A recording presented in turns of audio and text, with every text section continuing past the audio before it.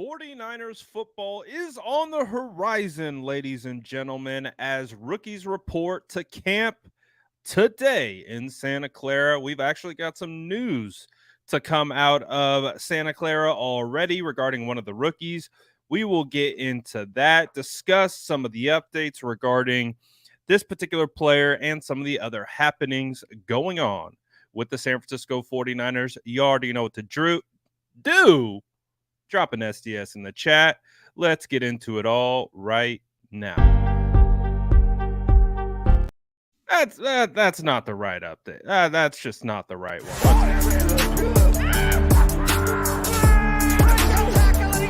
Smash that like button if you haven't already. Love to see it.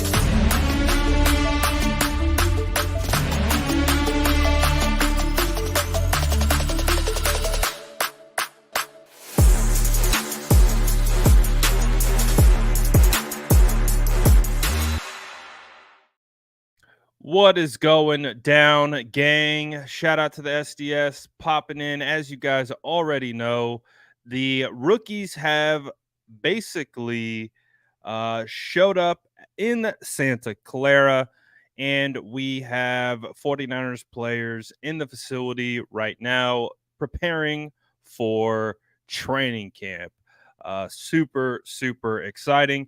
But right off the gate, we already got some news coming out of Santa Clara. It does appear that the San Francisco 49ers are potentially dealing with a little bit of an injury to one of their rookies that was drafted in the 5th round. Darrell Luter Jr., it looks like, is dealing with some kind of injury that appears is going to land him on the PUP list at the start of training camp. So it is again, we don't know what the actual injury is. We don't have a whole lot of information, and shout out to 49ers Web Zone who put this out first.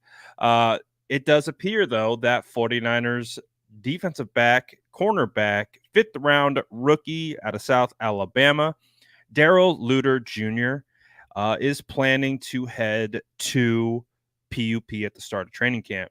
So, again, we don't really know too much about the actual injury itself. Still kind of waiting to see, is it a knee? Is it a foot? What is it? Did it happen during OTAs? Did it happen in off-season training? We really don't have a whole lot of information about Darrell Luter Jr., but we do know he is planning to land on the PUP list at the start of training camp.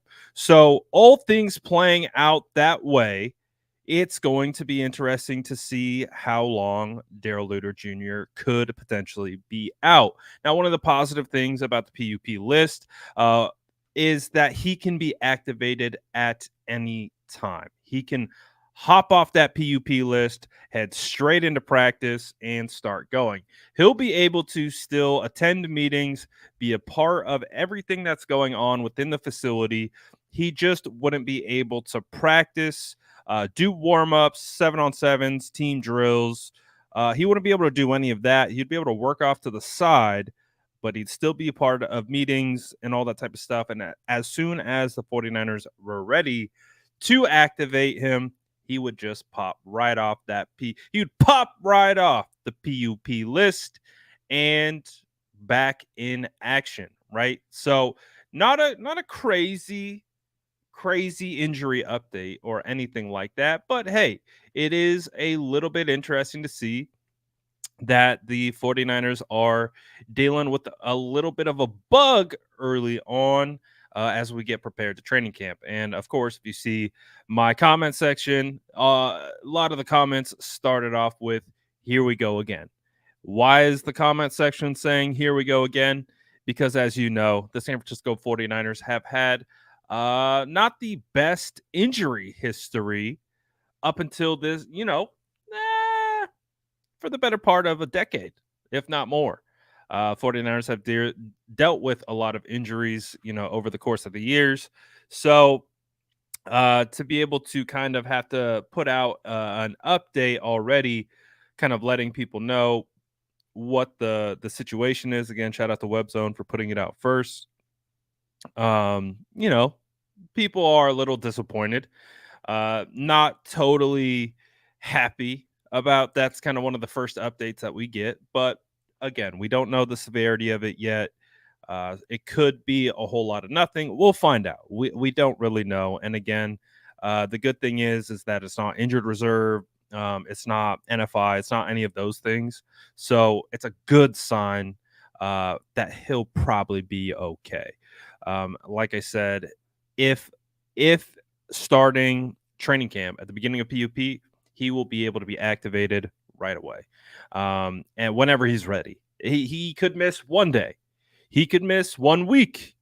He could miss all of training camp. But again, we don't really know. In regards, and again, Darrell Luter Jr., 5th-round draft pick. High hopes for him. But it'll be interesting to see that if we are dealing with a situation where Darrell Luter Jr. has to miss some time in training camp, who's going to step up? Who's going to step in? Is it going to be Ambry Thomas? Big prove it year for Ambry Thomas in regards to, proving the 3rd-round compensation that was taken to select him. We haven't seen a whole lot of Ambry Thomas. We saw really nothing from Ambry Thomas last year. Will he be a guy that's able to kind of backfill the defensive back role? Maybe a guy that was making a ton of plays in OTAs, Deshaun Jameson out of Texas. Fast return ability, definitely has high-end athletic ability, is a guy that you should be on high alert for heading into training camp as one of these potential undrafted free agents that can seriously push for a roster spot. From everything that we saw, we got a clip or two from the 49ers of Deshaun Jameson breaking up a pass, by all accounts, from multiple people on site. It does sound like he was a guy of interest in OTAs. We'll see how it translates to padded practices, but the hope is that Darrell Luter Jr. doesn't miss extended period of time. He's back. He's active. He can contribute in whatever fashion that may be, but the 49ers might have to turn to other bodies on the roster. So we'll see. We'll see what happens with Luter Jr. But yeah, not the best. Not the best possible start, but hey, it's also not the end of the world. In the same token, what do you guys think? Are you guys worried about this particular update? We're still a week away from training camp. There could be some time to get him back. Again, we don't know how much time he could potentially miss. We don't know what the injury is. We really don't know a whole lot of information other than this via the NFL transaction wire, first reported by 49ers Web Zone. So, hey, we're wait and see. We're wait and see with Darrell Luter Jr. Again, it doesn't sound super serious. And again, he avoided the big one, which is IR, and he also did not land on NFI. So there's some optimism to gain, even though again we don't want to see any of it. There's still some optimism in regards to Darrell Luter Jr. So don't get too upset just yet. We'll wait and see. But I want to shout out the SDS, shout out the Bread Gang. Good to see you guys. We got Facebook checking in, we got YouTube checking in. Good to see the gang. Yes, I will be at training camp. I was able to secure some days. I was not able to secure every day because, as I'm sure you probably heard, yesterday 49ers training camp tickets went on sale. And boy, was it a doozy. A lot of demand for those 49ers tickets. Didn't really love the Ticketmaster setup. it really made it difficult to get your hands on tickets. I've been like I've talked about this before. I've been going to training camp for a long time now. I think the first training camp I ever went to was like it was either 2010, 2011. I've been to some of the training camp practice at Candlestick. Um, Shoot, anytime you could get me at 49ers training camp, I'd be there. So I've had spent quite a bit of time purchasing training camp tickets, and never in my days have experienced so many. I don't even know. I don't even know if you call it an issue. Just walls. Felt like there was a natural stiff arm going down within Ticketmaster. Uh, you had to wait in these lines, and then once you got through the lines, when you got through the queues, the tickets weren't available, and so you just wasted a bunch of time, and then other tickets fly off. It was an odd situation. I mean I've gotten a lot of DMs. People didn't get the tickets that they were hoping for. Now, granted, it was to be expected that tickets were going to go fast, and they were going to be in high demand. I don't think that's a surprise to anyone. It was a clunky system. I was sitting there ready to go, ready to hop on all the tickets. I was able to get 4 days. I was able to get 4 days, but not able to get five total. So we'll see. I have my ways. I'll probably have to reach out to some people on Instagram, see if anyone has any extra tickets. But hey, man, it is what it is. It's all right. Um, I'm gonna try to get myself in there somehow, some way. You already know how that goes. But we'll at least be there. We at least have some days locked down and try to get my hands on the rest. But yeah, man, if you try to get your hands on training camp tickets, it was an experience. It was definitely an experience to try to get those tickets. So if you want to go to training camp, you might have to try to get them on the kind of secondary market, Craigslist, things like that, which probably won't be cheap anymore. That's for sure. That's for sure. So, but I'll be there for sure the first 2 days. So that's good. That's a good sign. Being able to get the first 2 days in, and then we'll be able to work from there. But boy, people are hyped about this team. People are excited about the San Francisco 49ers, and why wouldn't you? This team is stacked, man. This team is absolutely stacked. Um, Seriously, like the I know the focus, and there are people out there that are discrediting the 49ers just because of the issues at quarterback, but it's like, man, this team is loaded. They have an opportunity to do some serious damage this year. They have an opportunity to go far. They have an opportunity to win a lot of games. And again, we've made it's a joke, right, on our channel. It's a joke about a potato could be a quarterback and this team would go to the Super Bowl. The whole point of is just overemphasizing the fact that although we do want to know what's going on with the quarterback, the most important position in football, we also recognize that the San Francisco 49ers, Kyle Shanahan, John Lynch, have done a fantastic job of building out this roster, whether it's through free agency, whether it's homegrown talent, undrafted free agents. The 49ers have been able to get it done and compile the deepest roster that I think we have seen under the Kyle Shanahan and John Lynch era. So, with all that being said, yes, the quarterback is always going to be a hot topic button issue. It's going to be something that is heavily discussed and debated. But at the end of the day, this team is legit.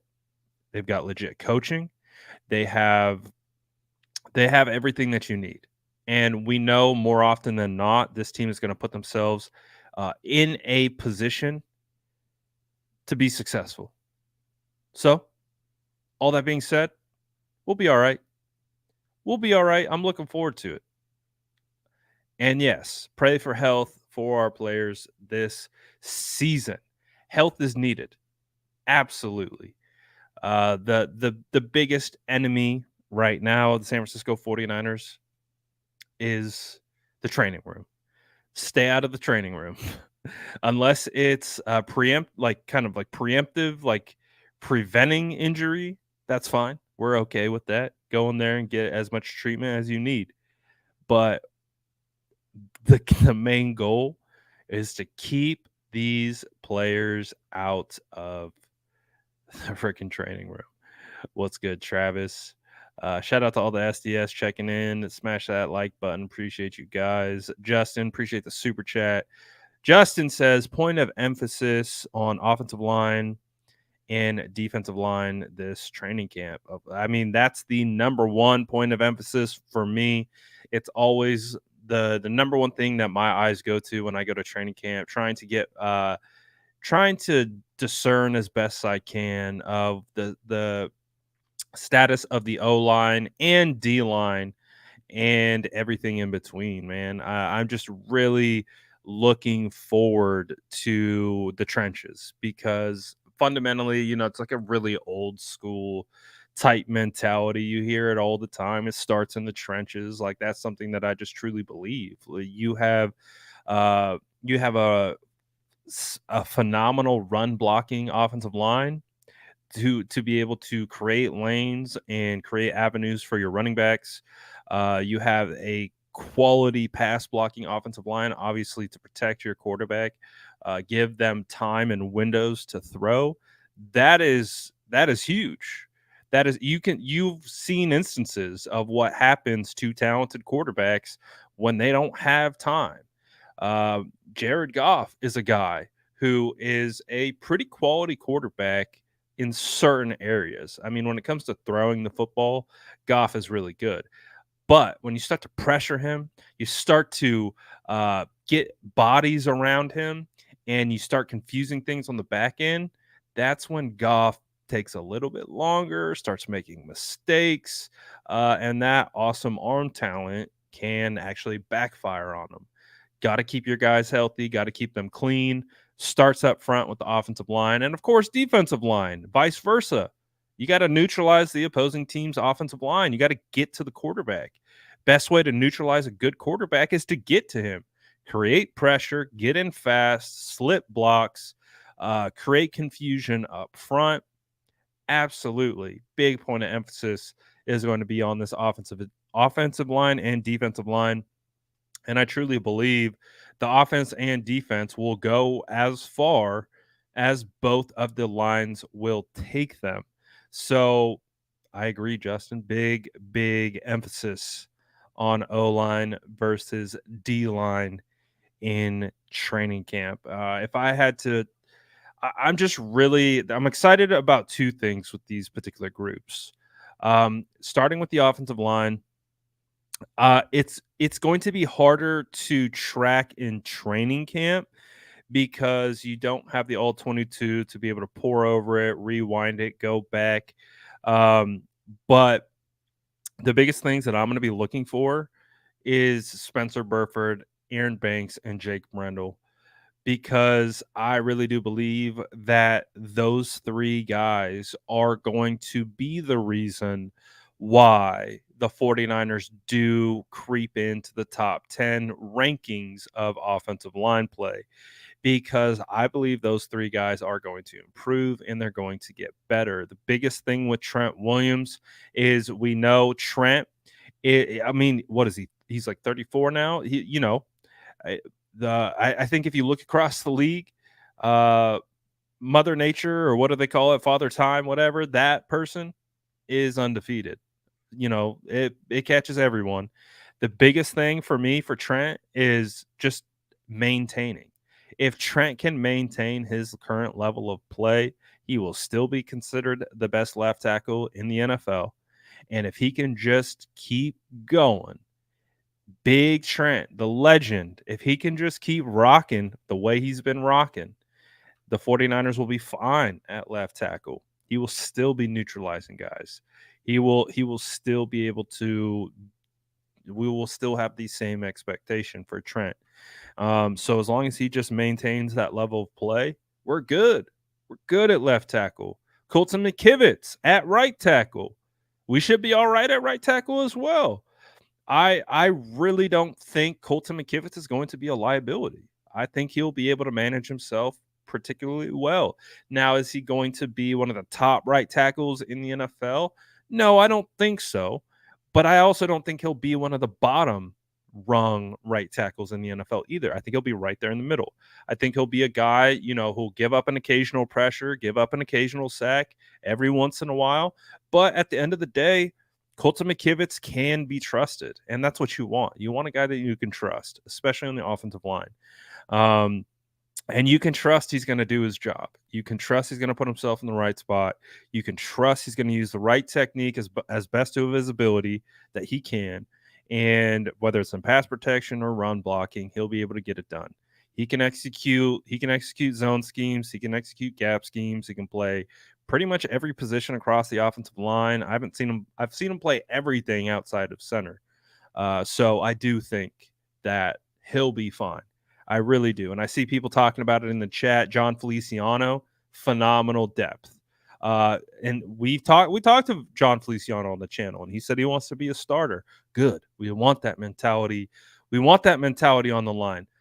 Push Burford, push Banks, push Brendel, push all these guys to be the best of their ability, because we know competition is what you want at football. You don't want guys to get complacent. You want guys to constantly keep pushing forward, reevaluating, just take it. How can I get better? And if you've got guys like John Feliciano on the roster, you got Jason Poe heading into year 2. Jason Poe is a scout player of the year for the offense last year. We were talking about Jason Poe potentially making this roster. I think I'll have to look back in my notes, but I think after like all the training camp hype, all the preseason stuff, we're like, can Jason Poe make this roster? There were some people out there that were talking about Jason Poe starting over Aaron Banks. Like, Jason Poe hype last year was up there, and rightfully so. I called him the doorstop because he's not very big, but boy, his center of gravity really works to his benefit because he's like a doorstop. Doorstops aren't big. Doorstops aren't these huge things, but they can stop a door because of the leverage that they have. And Jason Poe, phenomenal leverage, strength, speed. If you can hold your own at the NFL level at his size, and you can make it work to your benefit, because what do they say in football?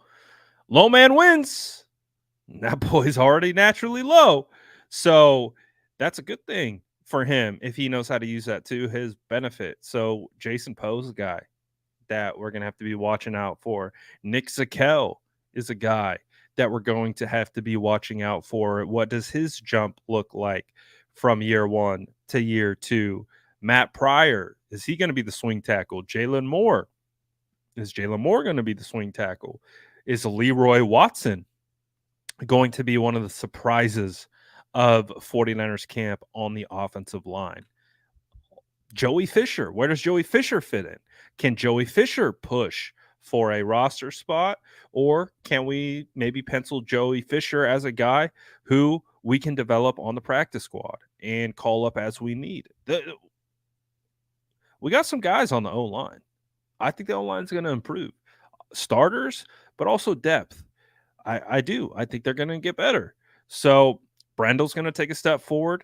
Brendel talked about it earlier at the State of the Franchise event. He was like, I feel like I'm in my prime right now. Like, I feel like he's just getting into his prime. One of the things that Jake Brendel talked about was, man, I don't have this wear and tear on my body that all these other 30-year-old offensive linemen have.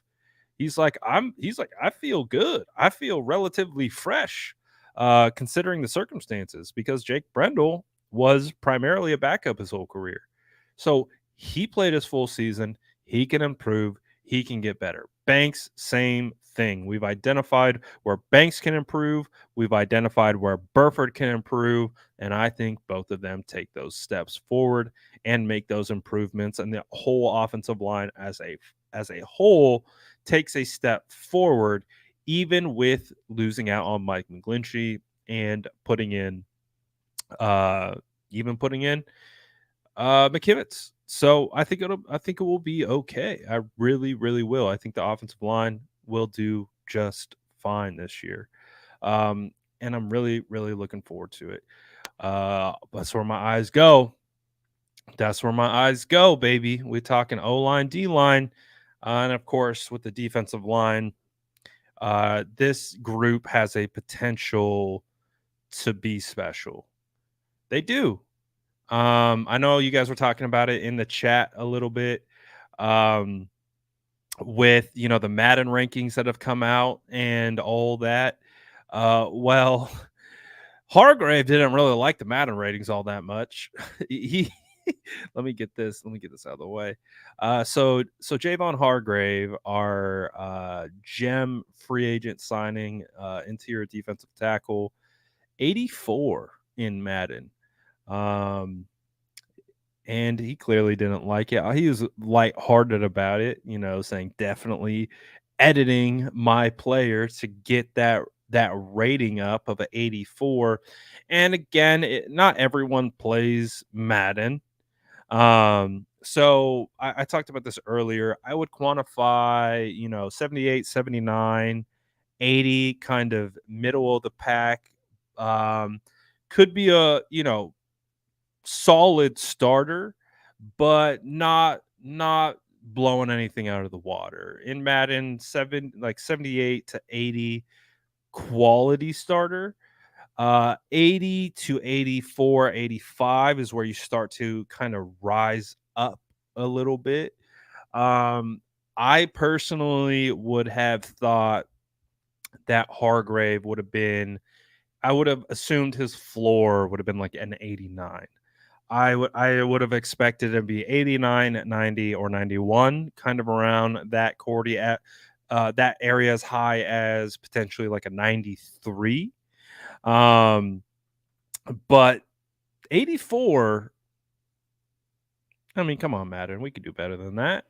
We could do better than that. 19th ranked defensive lineman. I think that it does include edges as well. I think for interior defensive tackles, he was ranked right at the 10 spot, I believe it was. So I would have expected a little bit more out of that. And I think Jayvon Hargrave would too. Now, again, it's Madden. Who really cares? It's another offseason thing for us to debate and kind of go back and forth on. Does it really matter? Probably not. Probably doesn't matter a whole lot. But hey, do you think Jayvon gets a little juice from this?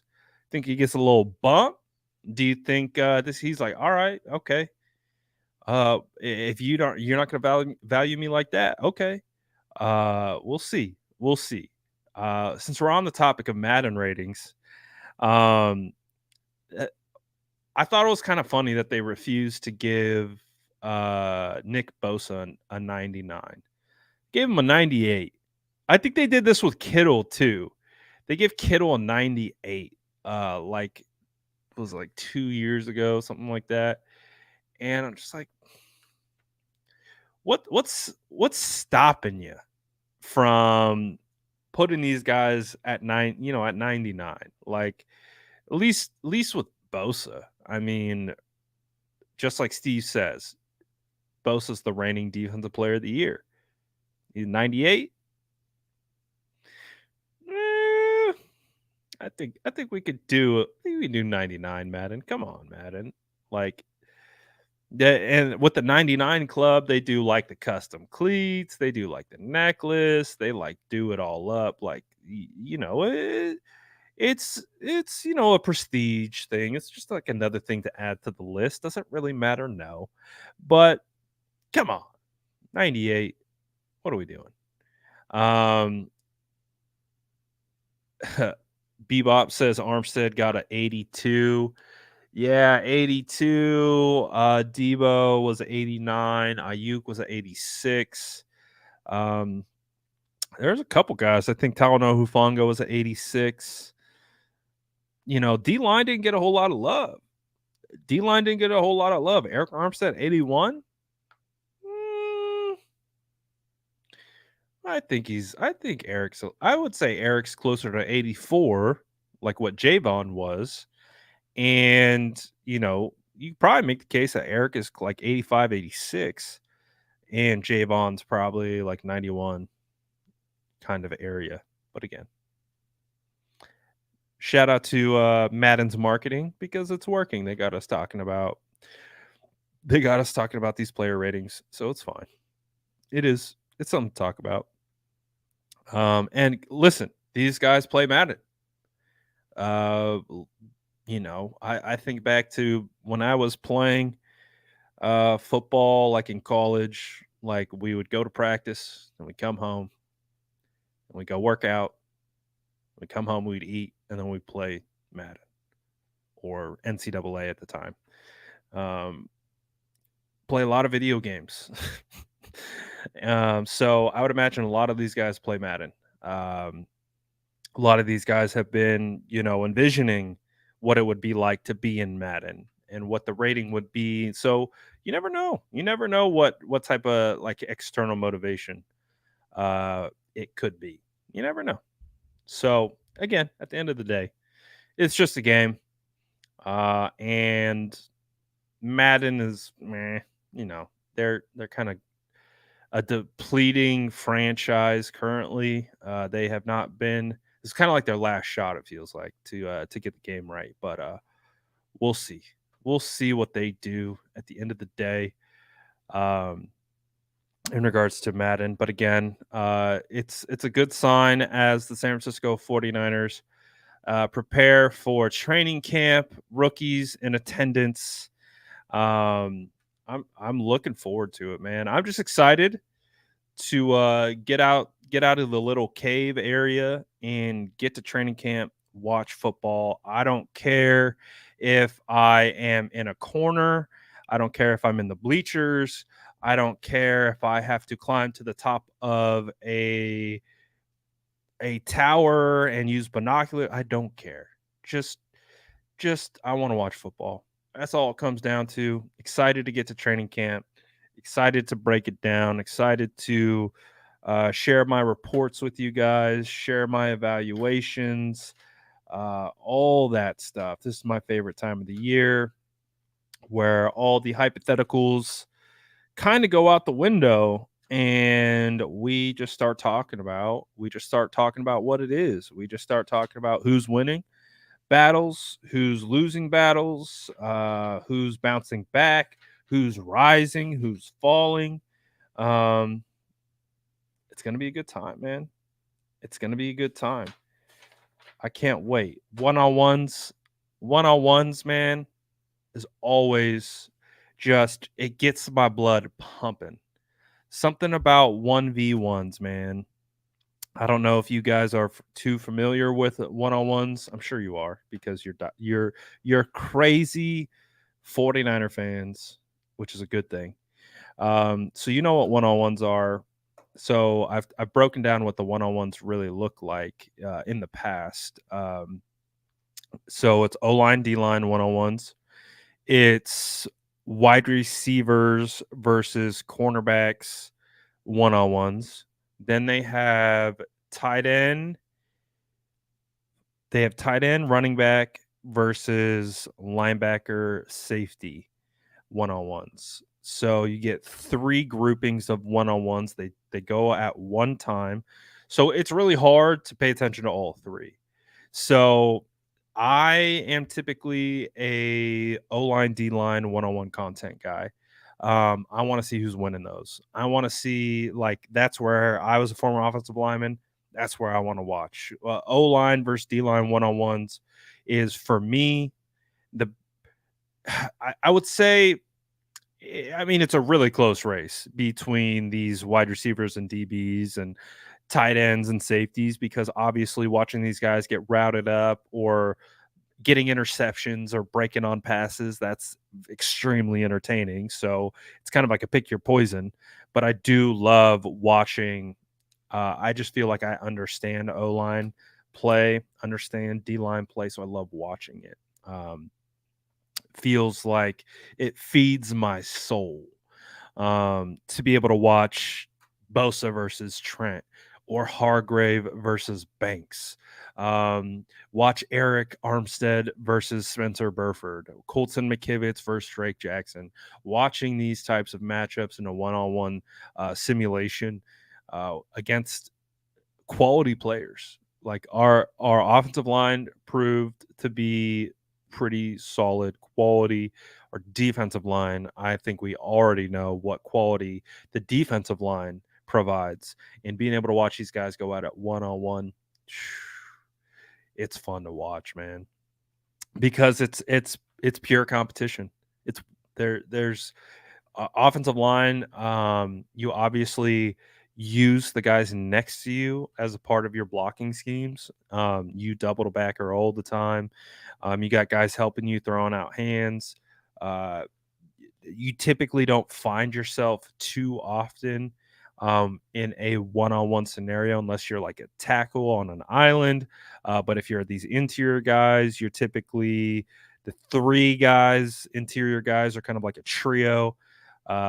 And it kind of bounces between the tackles, but not, tackles also do doubles with tight ends as well. So, but when you get these one-on-one situations, it's mano y mano. They can go left, they can go right, they go straight through you. You have to be prepared to counter all those moves. Um, you get spins, you get chops, you get rips, you get bull rushes, you get push pulls, you get it all. From an offensive lineman standpoint, you got to be able to handle it all. You got to be able to react, respond, answer, punch, set your base, all of it. And it gets me excited. I can't wait. So one-on-ones for me, for sure, is one of the things that I'm super super excited for. Also, too, though, I'm excited for. See, I'm gonna have to move my eyes. Like I can't. I I want to. I wanted to just focus on the O line, D line, but I don't at the same time because I'm gonna have to, bro. My ADHD is gonna be going crazy at training camp. That's one of the hardest parts about training camp is I have ADHD and I can process a lot of things at one time, but also doing a lot of things at one time can also overwhelm. But it's like you're watching, you're writing notes, you're up, you're down, you're trying as best you can to put your notes together and make sure you're tracking everything. But you're also, every time you're looking down, you're missing something. You're just like, oh, what? What? Like sometimes my notes are like, you can barely even read them. These actually aren't too bad, and they're not that great. But like you can see, like I'm standing up there. We got one on ones like Burford Clamp. What is that? Burford Clamp Kinlaw. Then we got like Debo beat Mosley. Uh, so I put Danny Gray versus Charvarius Ward. We dropped a W for Charvarius because Charvarius won that one on one. So it gets crazy, man. It gets crazy. Obviously, having the notes helps because you remember it. And so when you look at your notes, you're like, okay, I remember the visual. I can match the visual to my notes. The notes are just like a little reminder, but you're just like, it's fun, man. It's fun. It's getting me excited just talking about it. Like I'm really looking forward to getting back out there and uh getting to it. Like this particular note, Trey Lance roll out to the right, pressure, fade off back foot to Ayuk, right side of the end zone, touchdown.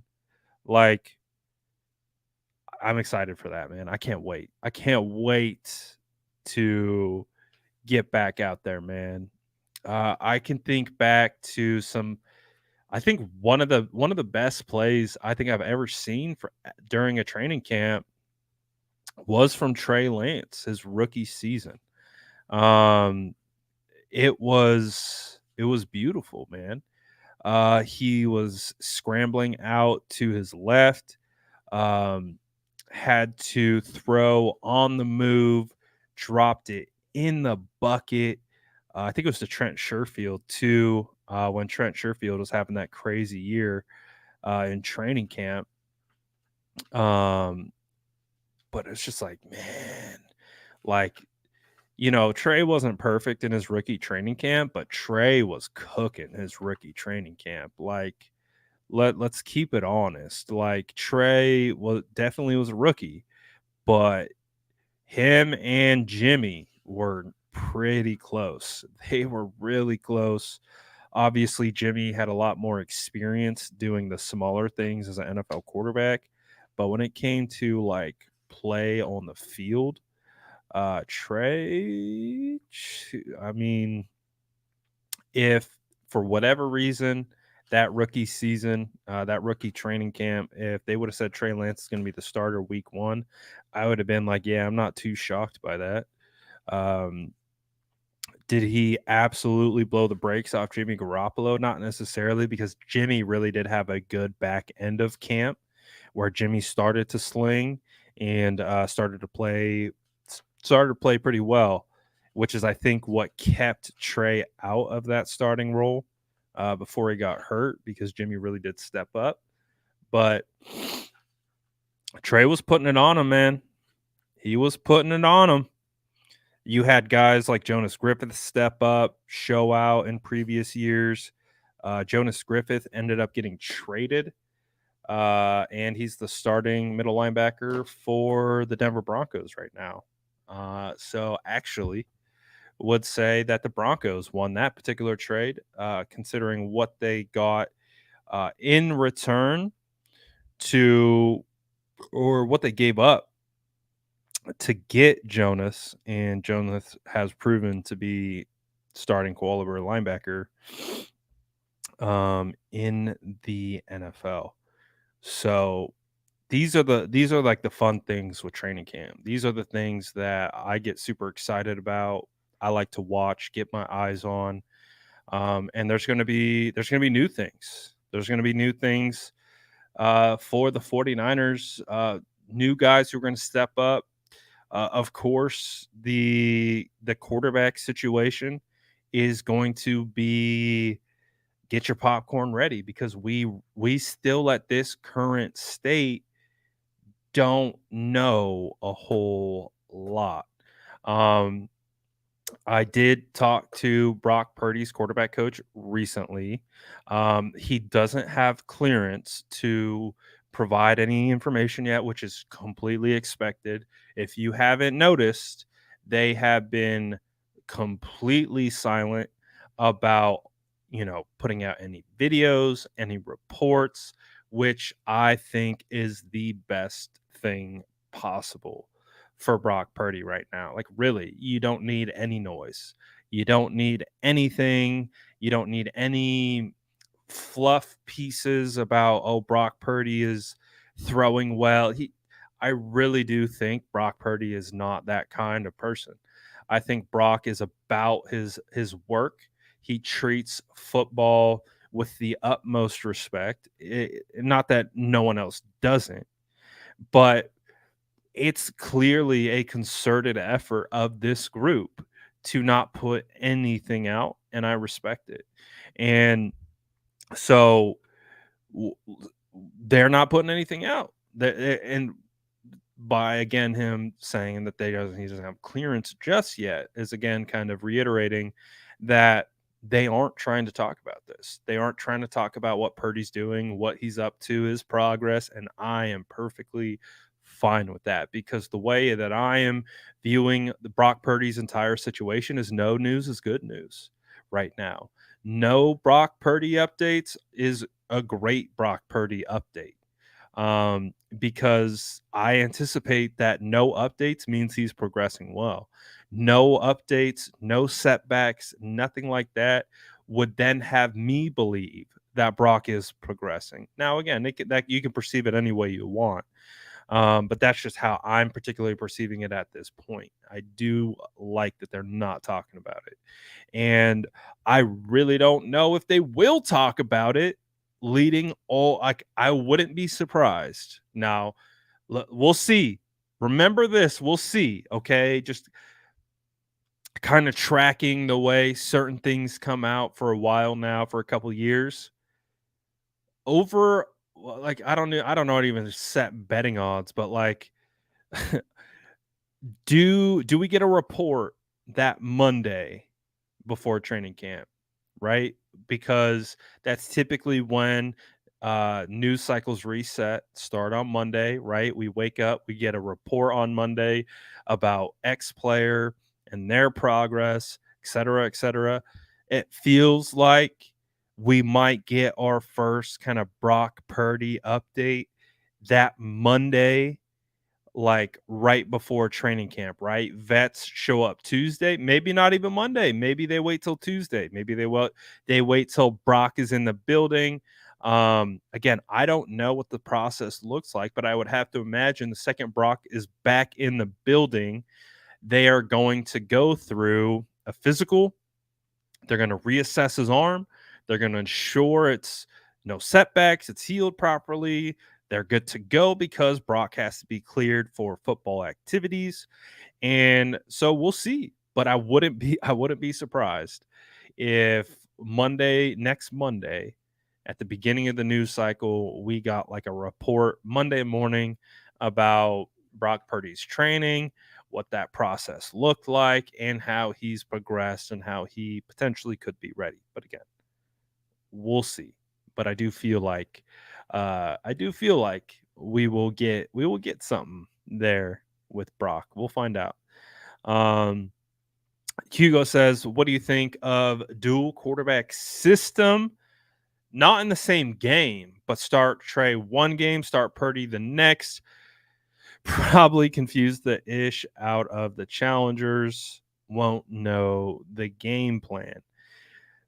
True, true. It would probably confuse the opponent, but it probably confuse the 49ers as well. It'd be kind of a dual-edged sword, right? Yeah, you could definitely confuse the opponent, but you can kind of confuse your offense as well. That's why I've never really been a proponent of two quarterback systems, and not like you've mentioned, two quarterbacks in the same game, kind of like what Kyle Shanahan was talking about with Jimmy Garoppolo and Trey Lance and Trey Lance's rookie year. I didn't love the idea, and I didn't think Kyle would do it. I really didn't. I did not think Kyle would do a two quarterback system until he started doing it in preseason. When he started doing it in preseason, he even did it in the regular season, remember? First drive of the year was Jimmy Garoppolo leading the team all the way down the field, and Trey Lance threw the first touchdown pass. I think even if you fast forward to week 3 against Green Bay, right? Jimmy Garoppolo in the end zone before halftime throws 3 passes, 3 incompletes. Not all Jimmy's fault. It wasn't Jimmy's fault why those weren't touchdowns. But remember that fourth down play? Trey Lance comes in, quarterback keeper to the left. Trent Williams pancakes the Green Bay defensive back, does a somersault. Trey Lance scores a rushing touchdown. So Kyle's toyed with the idea of the dual quarterback system. I don't love the idea of it. Um, I think I think that quarterback's confidence, for the most part, is a fragile thing, and it's something that you want to protect at all costs. And I think giving someone the vote of confidence, it's your job. You get all the reps. You don't got to worry about if you don't complete this, you're going to get taken out. We're going to bring this guy in. He's going to score a touchdown, and you don't got to worry about that. Like I would prefer that that didn't occur. I would definitely prefer that uh Brock, Trey, Sam, I don't care, whoever's quarterback one gets the reps. But hey, 49ers have done crazier things. So I've learned that, through my time, covering the 49ers, that anything's possible. Really. I was like, oh, no way Shanahan's going to run two quarterback system.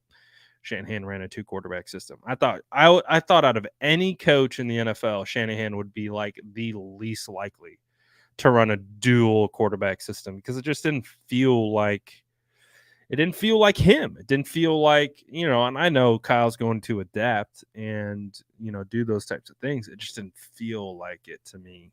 So that was a bit of a surprise. Would they do it again? I don't know. I don't know about that. Um, so we'll see. Shout out Chili, join that Discord, Discord, that cord, all that good stuff. Chili, can you drop links? Can you links? Hold on one second. Uh,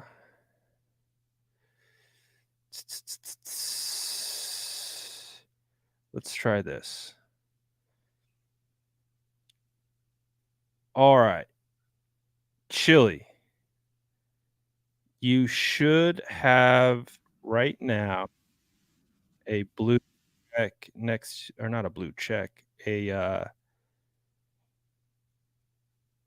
should wait. Let me try this again. Do you need the wrench? I don't know what a managing monitor is. This is new. Okay, there we go. We haven't done this in a while, but Chili, you should now have a blue wrench next to your name, which means you are a official Mod Squad member. We haven't inducted a new Mod Squad member in a long time. It's been a long time now that I think about it. Let's go. So, shout out Chili. Welcome to the Squad. He just dropped the Discord link. Now we don't have to ask other people to drop links. He can do it. Shout out Chili. Appreciate you, Chili. Holding down the Discord and all that type of stuff. And of course, drop in and drop into the Discord if you want to get into a 49ers chat. Chili runs a phenomenal Discord. So definitely get in there. And not only that, we got Chili in the Mod Squad. Shout out the Wrench Gang. We haven't done a Mod Squad initiation in a long time. But this one's well overdue. Chili's earned it for sure. So we got Chili in the Moddy Squad now. Let's go. Shout out Chili, legend, chat legend. Shout out to all you guys, man. Shout out to all the SDS. I'm excited that we are so close to real football, just real tangible. Oh gosh, it's gonna be so good. It's going to be so beautiful. Being, how hyped we get around here when we get to actually talk about some football. It gets really fun. I definitely will admit to you all, this off season has been a crazy one for me. Off season fatigue this year has been real. I will be honest with you. I've been going 100% since 2021, since like January 2021, when I started to like decide to do this and pursue this full time. And of course, it's a full time job. So I'm already doing content, but it's like it's a full time job and it takes up a hell of a lot of time. And the way the season ended, everything, Um, it's been wild, man. This offseason has been crazy, absolutely crazy. The fatigue has caught up to me. Um, man. Hey, Chili, my boy, my boy.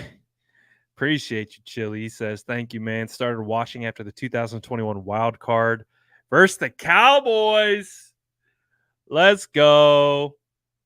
Dang, man. That's what I'm saying, man. It's been a journey. It's been a journey, and it hasn't been all sunshine, rainbows, and lollipops. There have been experiences that uh doing this channel and pursuing this, I never thought I would have encountered in a million years. It was always something that I dreamed of, never thought it would ever happen. And it's really just one of those things, right? Where it's like you get so focused in just build, build, build, grind, grind, grind, build, build, build that sometimes, you know, you kind of wear yourself out and you don't stop for a second to be like, man, I used to dream about the times like this. I used to dream about going to the combine, but not just go to the combine. Like I was media at the combine. Like I used to dream about going to the Senior Bowl. And it was like, man, I got to go to the Senior Bowl. Like I used to dream about being able to travel to 49ers games. And I went to my first two away games just last year. Like got to go to Seattle where the 49ers clinched the West and got to experience that in Seattle with my son. Like things that I've dreamed about. Like and sometimes like you can get bogged down, right? Like it's a competitive, like we have a competitive space. There are millions, not millions, but there's so many good content creators covering the 49ers, credentialed and non-credentialed.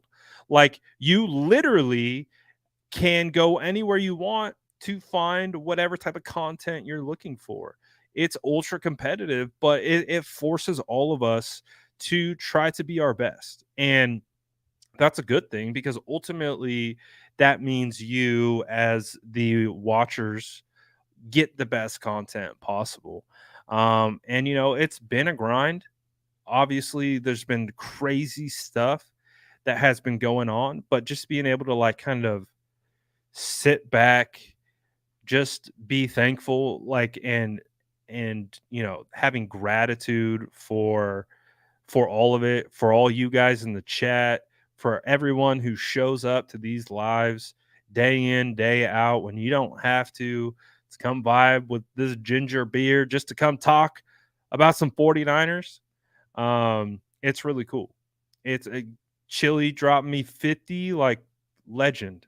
Like sometimes you just kind of gotta pause a little bit. You gotta chill. You Hendrick says, "Remember the garage setup, dude?" I remember the garage setup. I took pictures of the garage setup because I didn't want to forget like where I came from. Like being in that garage, no AC, like bro, like it was like you talk about grinding. Um, that was a grind. 2021 was barely making any money, dude. Like it was crazy. Just literally grinding my eyeballs out, trying to prove to myself and everyone around me that I could do this. And to just be like survive, survive, survive to then, last year we hosted lives on the 49ers account. We I did post game on Cron 4 after every single game, live interviews. Um 95.7 the game interviews consistently. I hosted a stream on Bleacher Report like a month ago. Like it's just crazy. Like sometimes it's like, you know, it's really easy to be like look around and be like, man, you know, I'm not where I want to be because I'm not. I'm not where I want to be. Um, I still have a lot further that I want to go. But at the same time, it's like, don't let that wear you out. You know what I mean? Like, I gotta remind myself to be like, I used to dream about this type of stuff. Being able to talk about football all day, every day, like that's the number one thing. Like, I gotta pay attention to like for my job is talking about what the 49ers do. Just a reminder, man, like I'm thankful for all you guys, thankful for everyone in the chat. Thankful just for it all. It's been a journey, man. It's been wild. It's been ups. It's been downs. Um, we've gone through heartbreaking losses to some of the most exciting wins together. Like, it's wild. It's just wild how much time has passed. And now we're getting ready to start another season. This will be year 3 of doing this full time. So I'm excited. I have no idea what next year's going to be. I got no idea what's on the horizon. But you know what? Sometimes that's the best. Is when you don't really know. You don't know what the future holds. You don't know what's to come. Is it going to be a heartbreaking season, or is it going to be the one that we finally get to hoist the Lombardi at the end? And all this from the garage to the mail lady interrupting our streams to the goats in the background, all the way to be able to like vibe off a Super Bowl win.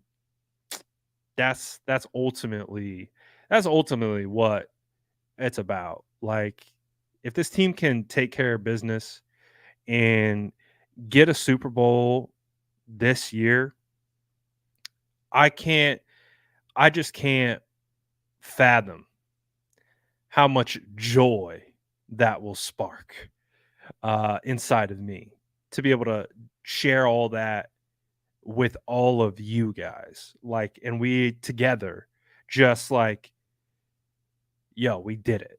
Like, and we're not even playing. We're not even playing. We're not even a part of the team.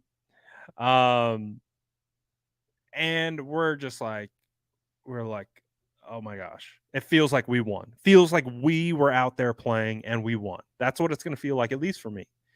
Um, I like, man, I don't play this. I don't play for the Niners. I'm not employed by the Niners, but when the 49ers win a Super Bowl, it is going to feel like I won the Super Bowl. I know it. I know it. Like, that's just what it's going to be. And I can't wait for that day because it's going to happen. It's going to happen. And the stream's going crazy. Mod Squad, y'all better be ready because that Super Bowl stream, we're manifesting it now. We're manifesting it right now. The Super Bowl stream is coming. And when it does, it's going to feel like we all played in that game. It's going to feel like we all won it because these have been some rough years.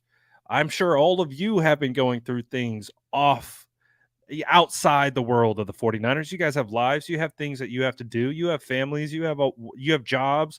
We went through a pandemic, like we went through a ton of crap. And if this team wins a ring, this team can take care of business, boy, talk about pure joy. Uh I can't wait. Um Jerry Rice and Joe Montana were in the background. Uh, well, in the garage, no, no. Uh, I got roasted by someone because uh, I didn't have a Jerry Rice jersey, so they said I wasn't a real fan or something like that. They're like, "Oh, you don't have a Jerry Rice jersey." Like, I had all these jerseys. Like, I don't know if you guys noticed the new wall I got. I put up more of the jerseys that I have. Um, but I still got there's the Rice. We got the Rice, so we're official now. We're official now. Cool story. This just happened recently. You see the ball down here, right here? That ball. Shout out to my friends at Gold Bar Whiskey.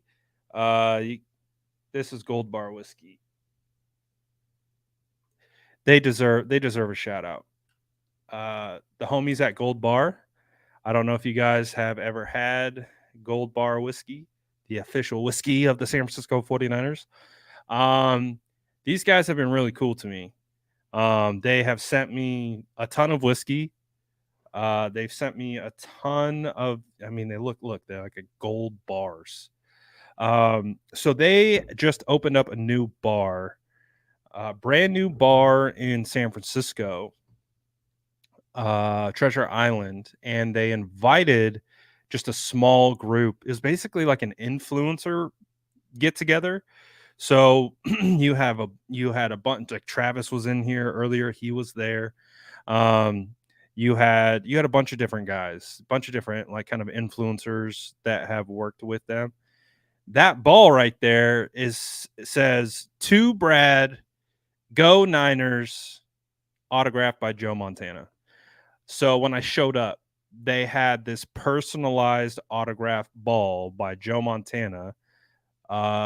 He wrote out to Brad, go Niners, Joe Montana. And I was like, that's probably one of the coolest things that I've ever gotten. A personalized ball signed by Joe Montana. I was like, damn, that's really cool. So that ball, you can't see it right now, but it's signed by Joe Montana. It's super cool. And I was like, dude, like, let me see. So you can see it says to Brad, go Niners, Joe Montana. I was like, all right, this is pretty cool. It's pretty cool. Just Joe Montana. Just Joe Cool. Not a big deal. No big deal. Just a personalized signed ball by Joe Montana. I thought that was pretty cool. So shout out to Go Bar Whiskey. That was last Friday. That was this last Friday. Right? What's today? Tuesday? Yeah, it was last Friday. So that was cool. That was hyped. That was awesome. But again, kind of like this, basically what this long tangent comes down to. I'm just grateful for all you guys, grateful for the journey, grateful for the experiences, the ups, the downs, everything in between. Accomplished things that I never thought I would do in a million years. Done things with this that I never thought would be possible. Again, but it's, still not where I ultimately want to be. So it's just a reminder of, we wanted the ring. We thought we were on that trajectory for a ring this year. We didn't get it. We had actually the quite opposite of that. We had utter collapse at the quarterback position. Literally the worst thing. I'm not sure anything more worse could have happened in that NFC Championship game for such a magical season, because it also spawned the next like 4 or 5 months of just exhausting conversation about the quarterback. So it's like, okay, you had to deal with the loss of the NFC Championship game, but then you had to deal with the months of conversation of just recycled quarterback talk. Like, and it's hard. I've fallen into it. I've talked about the quarterback more than I've wanted to. You get asked a question about the quarterback, you talk about it. It's been a long off season, man. Oh yeah, that's good point. Good point. Got a shout out from Good Morning Football after the Ayuk interview. Got to interview Ayuk.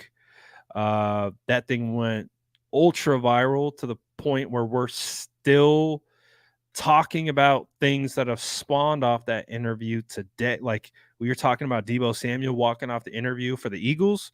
The reason Debo was asked about the Eagles was because of our Ayuk interview. Now that wasn't the intent of the Ayuk interview. Um, I guess I do. I got to shout out Grant Cohn. That interview probably wouldn't have gone viral if he didn't pull a quote out of it. Grant, he pulled a quote about out of that interview. He tweeted it. His tweet went viral, and then all of a sudden, all these major accounts were watching the interview. So shout out to Grant. If if he didn't post that quote, uh, I don't know if I would have gone viral like that. I don't know. Like talk about butterfly effect. I don't know if these players are asked about Brandon Ayuk's comments and then this ping ponging back. Like, isn't that kind of crazy? Like how that all works out. Talk about butterfly effect. Because the interview had already been out for a day or two. I know NBC pulled some quotes. I know Pro Football Talk had pulled some quotes, but nothing had really gone like, it was pretty big that people were quoting the interview, but nothing had gone like ESPN, Sports Center, Bleacher Report level viral yet. Until Grant until Grant put that out. That was wild. Like, isn't that wild to think about? Like, if we never did that interview, if me and Ayuk never talked and sat down, like this whole offseason of Philadelphia Eagles banter probably doesn't, I don't know if it happens because it's all spawned off of Ayuk's comments. Everyone's asked about Ayuk's comments. It's just crazy, man. It's crazy. It's crazy. Uh, it's wild. Again, just the whole thing, the whole process of just of being trying to, being a content creator. Like, I still feel like I still feel like I got a long way to go. Still feel like there's a lot of things I need to learn. I still feel like there's things that I need to improve upon. Um, Not where I want to be, but we've had a ride. Uh, and we're getting ready to start another one. We're getting ready to again, I have no idea what this season holds, but we're along for the ride. And we're going to keep talking about 49ers football. That's all it comes down to. That's all it comes down to. Jason says miss the late night gang streams after an intense W. Yeah, for sure. I'm excited, man. I'm excited just to be reacting off football again. Those are the best. I'm not great at manufacturing stuff. I'll admit it. I'm not great at like trying to. I'm good at reacting to stuff. I'm not good at manufacturing stuff. Oh gosh. Hey, we're close, baby. We are close. More late night gang streams, all that kind of stuff. So I'm looking forward to it. I can't wait. Shout out to all you guys, man. Appreciate you. Uh, the late night foodie takes. Oh, those are gonna come back. All of it. I gotta try to figure out, man, how to start doing some SF diners like segments from the stadium. I gotta figure it out. Or I gotta do SF diners from the tailgate. Like I gotta figure it out. I gotta expand the content this year. Um if that means getting to games like 7 hours before kickoff, then I guess that's what I gotta do. But if we do some like SF diners, uh, you know, if we do like SF diners tasting, like maybe we do like going around to all the different tailgates and like doing like, I don't know, rating tailgate food. I don't know. We'll figure it out. But I'm just excited about this year. Um, I'm excited about, again, like I said, I have no idea what this year holds. I've got a million ideas. We'll figure it out. Uh, Shout out Terradome says, "Gotta hit the lottery. Super chats on me." Hey, my boy, gonna be making it rain with super chats. Maybe it's a lottery. Shout out to you guys. Yes, this is true. I need I need some interns. I do have some people that I'm working with as like contractors. But hey, you want an intern? Hit me in the DMs, baby. Who knows? Like, I need someone to, if you want to write for a website, I got a website just chilling. I got a website literally just chilling. I've devoted all my time to producing this YouTube. And of course, I'm social. I'm a social media guy. I'm not a writer. I have dyslexia and ADHD, which translates into not being a good writer. But I got this whole website just chilling where I still got Jimmy on it. So I got to change the Jimmy picture. Everyone else is cool.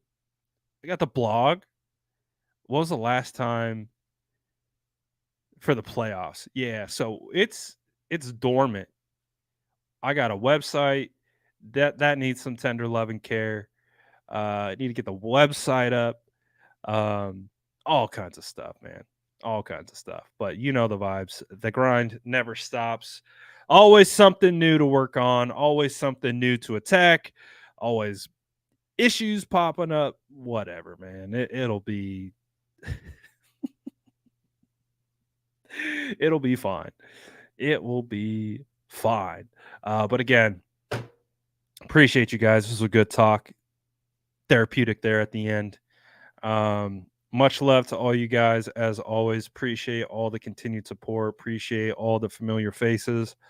Always popping in all off season, showing love, contributing to the chat. My favorite thing about doing the lives is the contributions from the chat. Though I love the back and forth. I don't like just talking into a camera. It's not my style. So I appreciate everyone's feedback, everyone, the hype, whatever, whether we disagree, whatever. I just appreciate it all. Boomer Rat knows the cue. See, he already knows. He already knows that's how the real ones know. They start throwing out the cookies before I can even say it. So you already know the vibes. The wrap up has begun. Again, if you stayed for the whole thing, grab some cookies on your way out. Appreciate you guys as always. Smash that like button, guys. Rookies are in the building. We made it. Camp officially starts on Wednesday next week. Let's go. Appreciate you guys. I'm out of here for now. Shout out. I'm going to do a shout out for the people who send me super chats. Shout out Justin for the 5-piece, and shout out Chili, newest member of the mod squad, for the 50-piece. Appreciate all you guys. I'm out of here for now. Peace.